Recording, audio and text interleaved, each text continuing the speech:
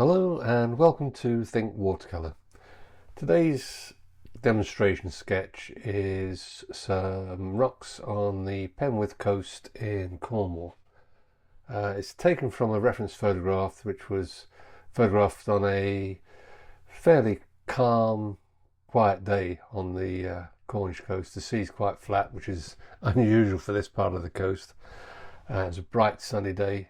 The sunlight's coming from the right, and I've tried not to slavishly copy the reference photo, but use it as a guide for what's there. And I just want to show how to paint rocks and a calm sea. So let me show you how I did this. I started with a fairly basic sketch on some Saunders Waterford 300 gram rough paper, and turned the painting upside down to paint the sky. I'm starting with cerulean blue and just gradually adding a little bit of cobalt blue to darken the sky towards the top. For the beach, I'm using yellow ochre and raw sienna. Again, I want it to be a little bit darker where the sea is lapping on the shore. I've let that dry and rotated the board back around. It's at about a 30-degree angle. And for the sea, I've mixed some viridian into the same mix for the sky. And I've just added a touch of sap green for the part of the sea that's just lapping on the shore there. Sea's never one colour, it's always a variety of blues and greens and sometimes greys. For the grassy bits on the rock, it's again it's a touch of viridian with some sap green.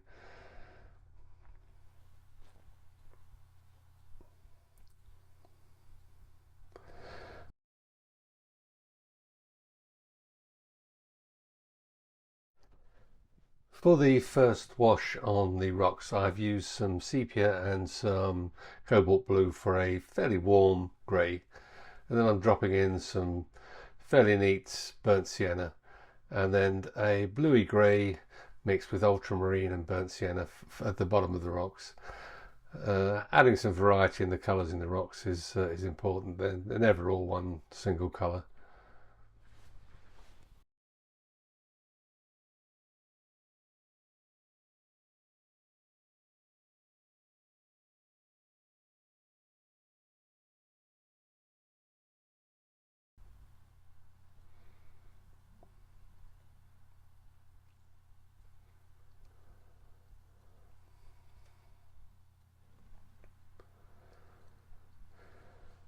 I'm just adding a few darker patches on the waves lapping on the shore.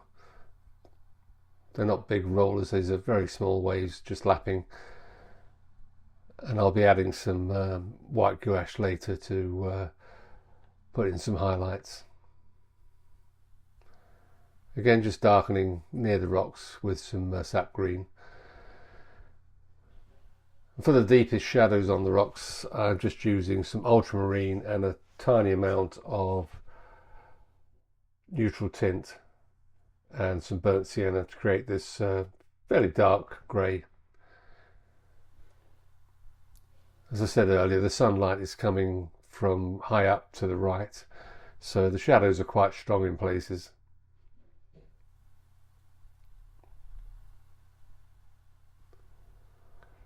Once again, I'm not trying to slavishly copy the photograph, it's just an indication of the gaps and indentations in the rocks that I'm trying to create here.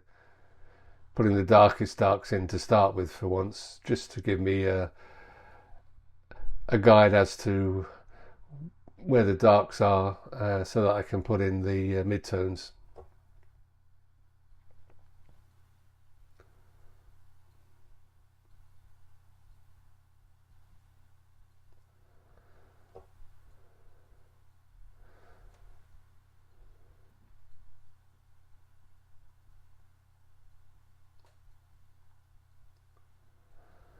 And for the midtones, I'm just using some of the greys I mixed earlier, just adding a bit of burnt sienna here and there and a bit of ultramarine just to change the shades and the colours. You know, the rocks always have a variety of colours, and I'm just trying to create depth of field in the rocks with some shadows.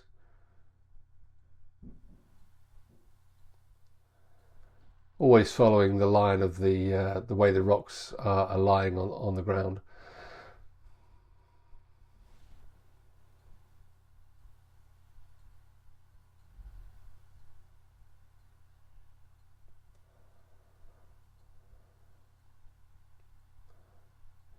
And as I put in these midtones, the shape of the rock starts to be more defined, leaving some fairly light areas to show reflection of the sunlight.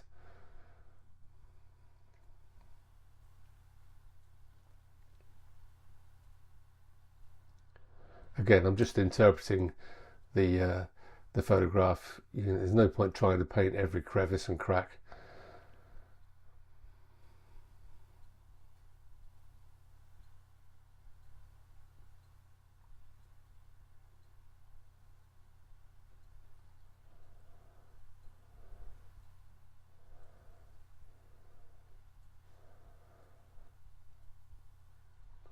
Adding a few dark touches to those distant rocks out at sea defines those as well.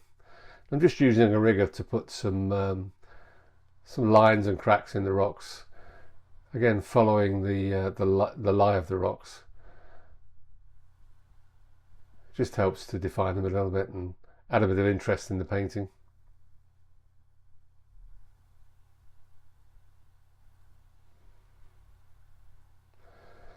And as I said earlier, for the highlights, I'm just using white gouache, just a few waves, very little waves cresting and breaking on the shore, and some of the white foam on the sand.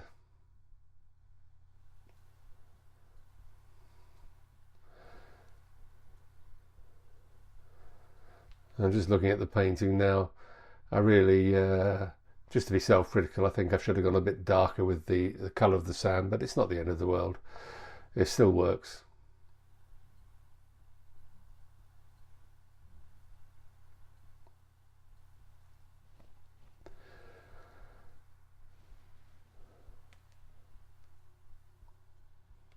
And I think I'm done.